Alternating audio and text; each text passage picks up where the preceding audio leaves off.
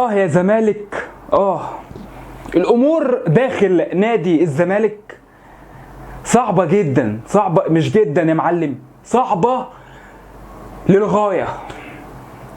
احنا دلوقتي يا معلم خلاص يعني 10 ايام هنلاقي نفسنا في بداية شهر 9، واول ما يجي بداية شهر 9 يعني هيبقى فاضل 27 يوم على مباراة حاسمة ومباراة مصيرية وبطولة قارية بقالنا سنين وسنين ما شفناها. يعني بقالنا حوالي يا معلم يعني 24 سنة، وكان قبلها 4 سنين يعني 28 سنة. 28 سنة ما شفناش الاهلي والزمالك في مباراة السوبر الافريقي بعد اخر سوبر افريقي شفناه في بطولة قارية في جنوب افريقيا. في جنوب افريقيا اللي شفنا وقتها الزمالك بيفوز بهدف ايمن منصور، ولكن بطولة قارية تاني ولأول مرة في التاريخ أهلي وزمالك نهائي القرن والأهلي بيفوز. ولكن السوبر الإفريقي اللي جاي ده بطولة برضو قارية وبطولة مهمة. والوقت الحالي الأهلي فوق، حرفيا فوق، في حتة تانية فنيا واستقراريا وكل حاجة، وإداريا ولاعبيا وفنيا وجاهزية وكل حاجة يا معلم في الأهلي. واحد اهلاوي دلوقتي يقول لي يا عم 5 في عينك، يا عم قول ما شاء الله، يا عم هحسدكوا على ايه؟ يا عم هنحسدكوا على ايه والنبي؟ اسكت، ده انتوا عايشين في المهلبيه، ده انتوا بص انا مش عارف اقول ايه والله. احنا بص كل اللي احنا طالبينه احنا كجمهور الزمالك ان احنا نشوف شويه من الاستقرار، شويه من الهدوء. لكن يا معلم هوبا مجلس اداره يمشي، هوبا مجلس اداره يجي، هوبا مشاكل، هوبا لعيبه تمشي، لعيبه مش عارف تروح فين، مش عارفين نجيب صفقات، هوبا نبدا ان احنا نخلص الموسم اللي زي الزفت دوت وطالعين تالت بالعافيه، و الموسم صفر حرفيا في كل الالعاب يا معلم، كل الالعاب صفر مفيش بطولات. نبدا نقول بقى نبص للموسم الجديد كره القدم، مش عارف اللعبه اهم حاجه كره القدم. نلاقي الباك شمال بتاعنا احمد فتوح بيعمل حادثه وبيموت واحد وبيتحبس. طب ما عندناش باك شمال يا معلم، انت ما عندكش صفقات، اسكت. انت مشكلتك دلوقتي على الباك الشمال، اسكت. ده احنا اقسم بالله على الله ان شاء الله ده احنا نايمين لنا في الفالنه. ولكن واحد يقول لي يا عم هو مجلس الاداره جه لقى في ديون، ما هو الديون دي مين اللي عاملها؟ مرتضى منصور يا معلم. مرتضى منصور اللي كان خاربها ومخليها خرابه وسابها خرابه. والناس اللي كانت بتطبل لمرتضى منصور وكانت ماشيه معاه انه بيشتم في الخطيب وبيشتم في لعيبه في الاهلي ولاعيبه مش عارف مين وبيشتم في ده ويشتم في ده، كانوا فرحانين. دلوقتي انتوا فرحانين بوضع الزمالك اللي سببه رئيسي فيه هو مرتضى منصور، رغم ان المجلس الحالي المتواجد خانع لقرارات كان عملها يعني قرارات خلت شكل الزمالك قد كده زي قرار انسحابنا امام الاهلي في مباراه الدوري. بتنسحب ليه؟ قعدت تنسحب وانا مش هلعب في الاخر رجعت تلعب زي حنفي عادي، رجعت تعمل حنفي فيها، حنفي تنزل المره دي ويرجع يلعب تاني عادي. فانت كمجلس اداره انا مش شايفك قدوه، مش شايفك عندك شخصيه، انت مجلس اداره هفق. ففي كده شويه قرارات لازم تاخدها بشكل حاسم بعيد عن المشاكل اللي انت جيت لقيت فيها الزمالك فيها. ولكن محدش ضربك على ايدك انك تدخل انتخابات الزمالك وتقول انا عاوز ابقى رئيس نادي الزمالك وهحل المشاكل وهعمل واجيب. انت بنفسك بلسان اللي معاك قلت الكلام ده. فما تجيش بعد ما بقيت موجود جوه المطبخ تقول ياه ده المطبخ مليان كركبه، ده انا ما عنديش سكاكين اقدر اقطع بيها الخضروات، ده انا ما عنديش معدات اقدر اعمل لكم اكله حلوه دسمه تنعنشكوا.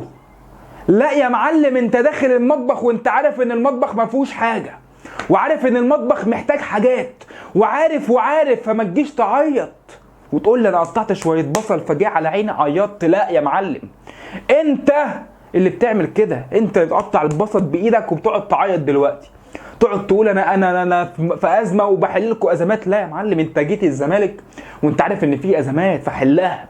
دي بالنسبه لاداره الزمالك. احنا في مشاكل فضيحه. اللي مش جوه المطبخ يعني الواحد والله كل شويه يسمع اخبار او حتى كواليس جوه نادي الزمالك، او الواحد يسال ناس شغاله في الاداره، فالواحد مصدوم. الواحد والله من كتر الهموم بيضحك. مباراه السوبر اللي جاي احنا داخلين بمشاكل بص بالعبيط. لحد دلوقتي فاضلنا يا معلم كام يوم على نهايه الشهر يا معلم، والقيد يقفل، القيد الافريقي. ما جبت الصفقات يلعب السوبر الافريقي، هتلعب بمين يا معلم؟ ده الاهلي الناحيه الثانيه جايب لي اشرف داري وجايب لي يحيى عطيه الله وبيفوت بوفال، وكان عاوز بين رمضان. يا معلم اصحى، اصحى فوق، اصحى فوق. ده مش وضع نادي الزمالك، ما ينفعش. ولو ده وضع نادي الزمالك فخلاص بقى الواحد بقى يكره يسيب الكوره ديت، ولا عايزين نتفرج على كوره ولا عايزين نعمل اي حاجه. لان انت بتقعد تتكلم بس كلام وشعارات على الفاضي وعلى المليان. احنا المبادئ واحنا مش عارف ايه، ولا في عندك مبادئ ولا نيله. احنا النادي القرن الافريقي. قرن مين يا معلم؟ قرن مين؟ ده انت قرن فعلا. قرن مين؟ قرن يا معلم ده الناس المنظومه الناجحه زي النادي الاهلي والاداره وعايزينه بيجيبوا بطولات ولعيبه، اللي بيصدروا الكلام ده يا معلم طول تاريخهم.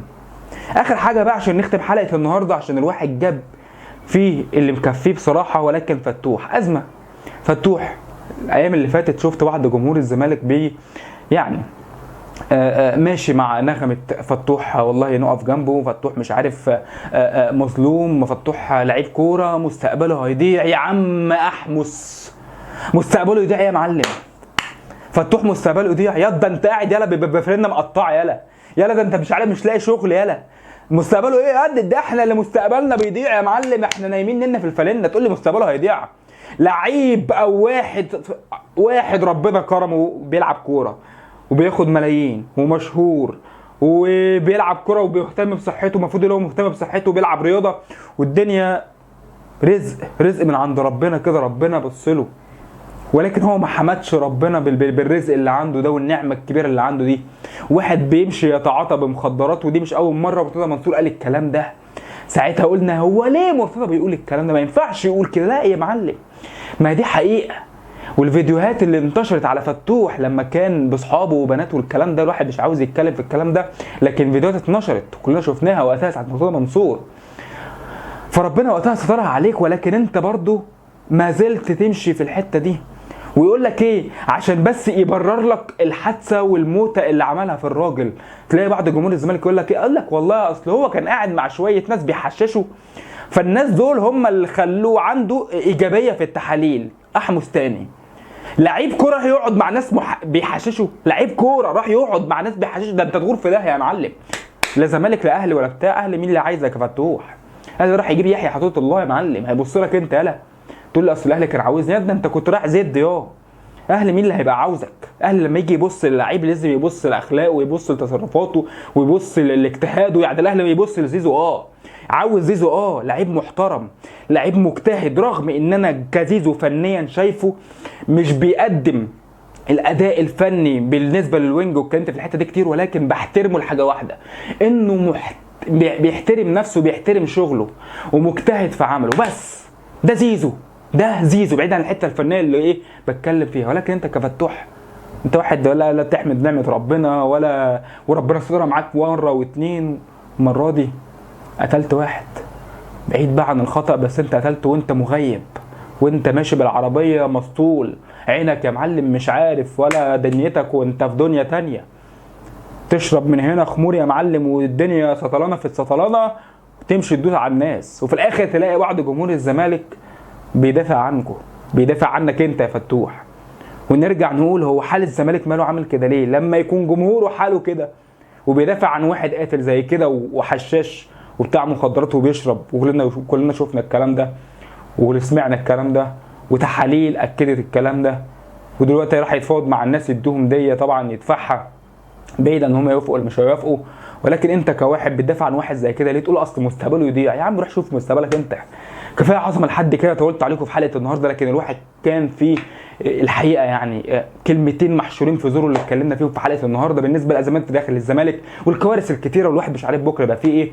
ولكن مباراه السوبر اللي جايه والايام اللي جايه هنشوف ايه اللي هيحصل فيها، وغير ازمه فتوح يعني هو عامه يعني ربنا موجود وكل واحد هيتحاسب ان شاء الله يوم القيامه، سواء بقى فتوح يخرج ما يخرجش دي حاجه ما تهمنيش، انا اللي يهمني نادي الزمالك. ولكن كلمتين على ازمه فتوح حبيت ان انا اتكلم فيهم. كفايه عظمه لحد كده، استنوا ان شاء الله بكره بقى عظمه ناريه ونفكنا من الازمات ونفكنا من الحوارات.